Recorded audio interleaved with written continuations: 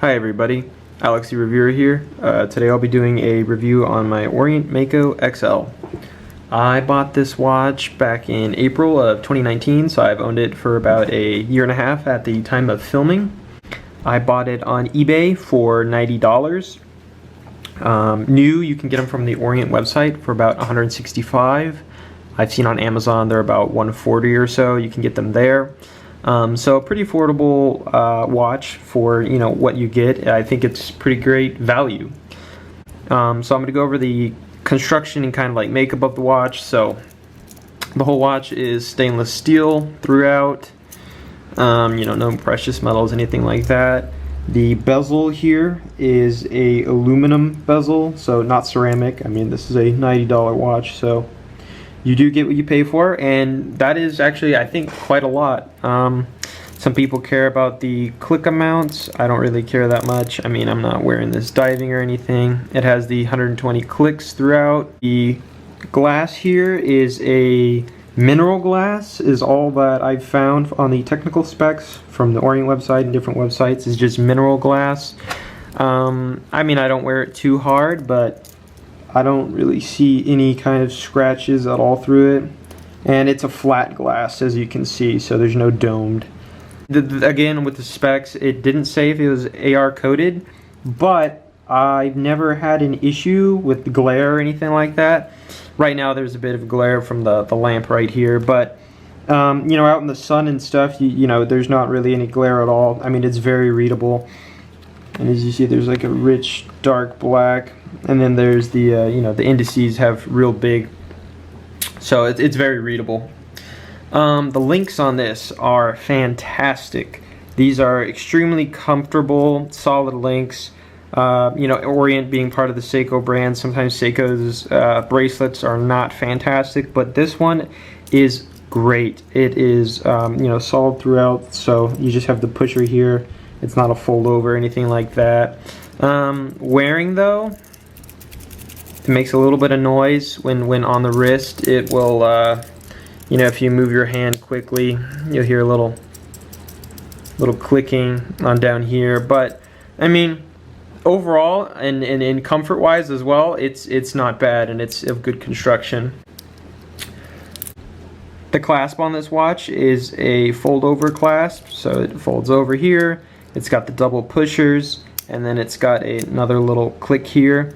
This click, however, does have a slight problem. On a time resizing this watch, I was popping out the spring bar in here, and now it like doesn't set properly or something. So when I first purchased it, it would click, but now you can just kind of like, it just comes off just real easily. So that's something, I guess, to don't mess around with the spring bars. I was just using it in sizing. As I was talking about earlier with specs, I'll go over the dimensions of this. So this is a very big watch, which I, at the time of buying, was not aware of it. This is a 44.5 millimeter watch without the crown. With the crown, it is 46 millimeters long, which is just a little under 2 inches. So I mean, this is a pretty substantial hunk of metal on your wrist. The lug to lug is 52, so that is exactly 2 inches. So this is 2 inches here, and then here is approximately just a little under 2 inches there. So it's pretty hefty. On the width wise, this is 13.3 millimeters, which is just about half an inch. So this it takes it has a lot of wrist presence, I would say. Now that sounds very jarring, and for the most part, I mean, I'd say it is. This is by far the largest watch I own. Unless you're a much bigger gentleman, or you're using this for the actual diving, I would say the XL is a bit too much for just a regular kind of person. Unless you really like big watches, then by all means. But I would recommend just the regular Mako or the Ray. Both of those models are, they're in the 41s to 39, I think. So that is probably if it's more traditional, I'd go with those. Next, the weight of this is a pretty heavy watch. It's 177 grams, which is just about 6 ounces. So if you think about it, I mean, this is nearly half a pound watch. No precious metals, nothing like that. It's just stainless steel. So you have almost half a pound of stainless steel. Very hefty, and along with that heft, it's very heavy duty. So I mean, you're not gonna like drop it and just break it. I accidentally have dropped it off my desk onto my tile, and you know, I think maybe it just didn't even do anything. So it's a very well-made watch. Setting this watch is a breeze. It has a screw down crown here, so just undo it. Second position sets the time. Second position down changes the date. And the day is changed with this pusher up here. So you just push it in, changes the day. So overall, very easy to set. You know, it's an automatic watch, so after a couple days without wearing it, it'll eventually die. So you know, having a very convenient way to set it is, you know, essential, I think, for an automatic watch. So I think it has a really great and easy setting system. Here I am in my closet for the lume shot. So as you can see, the indices have a bit of lume on them, but it's not super bright, and the hands have quite a considerable amount more, with the minute hand having a good amount, and the second hand as well, with the hour a bit more faint like the indices. But overall, I'd say the hands are you know, very distinct, and especially with the double wedge for the 12-hour marker, it's very legible even in low light. Going over the ownership of it, the bracelet is very comfortable, as I was talking about earlier in the construction. It's a comfortable bracelet. However, I will say that there's a bit of fatigue at the end of the day. You know, wearing it on your wrist, you will have the space, you know, where your watch sits will be a bit tired, I guess. I mean, and not painful, but at the end of the day, after taking it off, it's like, oh, you know, you realize, and you could really tell that, you know, you've taken your watch off, because I mean, your arm is much lighter. I mean, it's, as I was talking about, half a pound, so the you know, the weight is pretty noticeable. And it will sometimes, you know, kind of push if you're sitting at a desk with a mouse or whatever. The links will, you know, stick into your arm. So sometimes that's a bit of a bother, but overall you can wear this all day, and you know, it'll be comfortable. Going off of the you know, the weight of it, that is an issue I've had. I've had spring bars break. Actually, I have had to replace my spring bars twice in this watch. Once I was, I think I was throwing something in the trash and kind of doing like a slam dunk in the trash, and the spring bar just broke. It snapped, and the watch just flew and hit the ground. Because the spring bars, I guess, just aren't. I mean, no spring bar is really made for a watch this heavy, I guess. I don't know. The spring bar that broke originally was the original Orient watch, and then I bought some from Long Island Watch Co.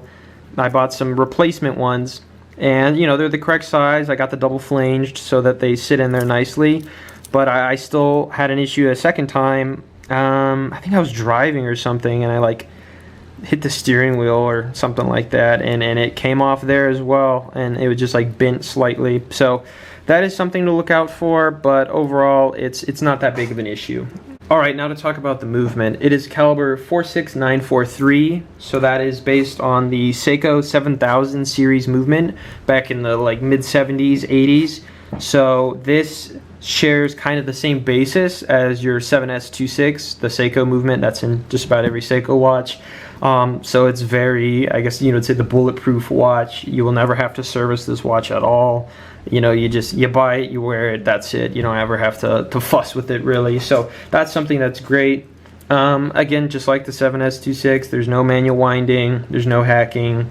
The rotor, I don't know if y'all can hear that. It's a bit noisy and it's a bit jarring, especially on your wrist when you're if you move it, you move your wrist fast, and I don't know if you're doing anything that you end up in a circular motion, you can feel the rotor. And I don't know if it's, you know, kind of pretentious or whatever, but I just don't like the feel of the rotor on my wrist, so sometimes you will feel that, but it's not really something that you notice all the time. It's every now and then.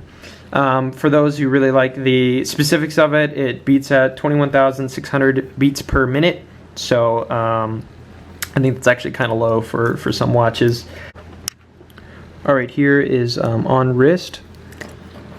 I wear a 7.5 inch bracelet, and on me I would say it does not look too terribly huge. I am about 5'10", and I weigh I think 170 pounds, and it doesn't look too out of place considering this is 46 millimeters. You know, I don't think you can really notice that bad. I mean, this was a mistake on my part buying a watch this big. I didn't mean to. However, you know, I don't think it was a mistake. So, dial looks great, and I think it fits well for the size of it. Now, the looks of it, this watch is inspired by the Rolex SeaDweller, I would say. The SeaDweller is the 43 millimeter Rolex. Now the SeaDweller has a date window, but it's the same size as this watch, just about, but it only has a date. This has a day date function, which I absolutely love, and it's a must for all my watches. It also, you know, kind of looks like the Submariner a little bit, but the Submariner is much smaller at 41, and this is a 44.5, and the SeaDweller is a 43. So, you know, but you can see it's kind of an homage to the Rolex, you know, dive watch. So, you know, you get the look of something like that. It looks a bit nice. There's construction here, but you know, of course, a SeaDweller is about 12,000. A Submariner's 8.5, and this is, you know, $90. So, I mean, I think it's great value for money, and you know, I'm happy with my purchase. Here are some other references that are in the lineup of this model. I wanted to show you guys them so that, you know, if you guys just didn't want the standard black one, there are some other color options that are, you know, it's all the same model, the FEM series. You know, they're just different colors. So underneath it's all the same watch, just the dial or the bezel will be a different color. And then underneath them I put, you know, what watches would be similar, you know, more popular models and more expensive, you know, like the Rolex models and the Omega Planet Ocean. So that, you know, these are affordable alternatives to those. So just something to look out for if y'all wanted something else that was different. Overall, I think this is a great watch. I'm glad that I bought it, and I would encourage any of y'all to go ahead and pick one up if you're all on the fence about it. I enjoy making these kinds of reviews. I know I haven't put one up since last year, but you know, I thought it was something that would be fun to try and review all my watches. So this is definitely one that I like. If y'all liked the video, go ahead and stay tuned. I'll have some more coming up. Thanks for watching, guys.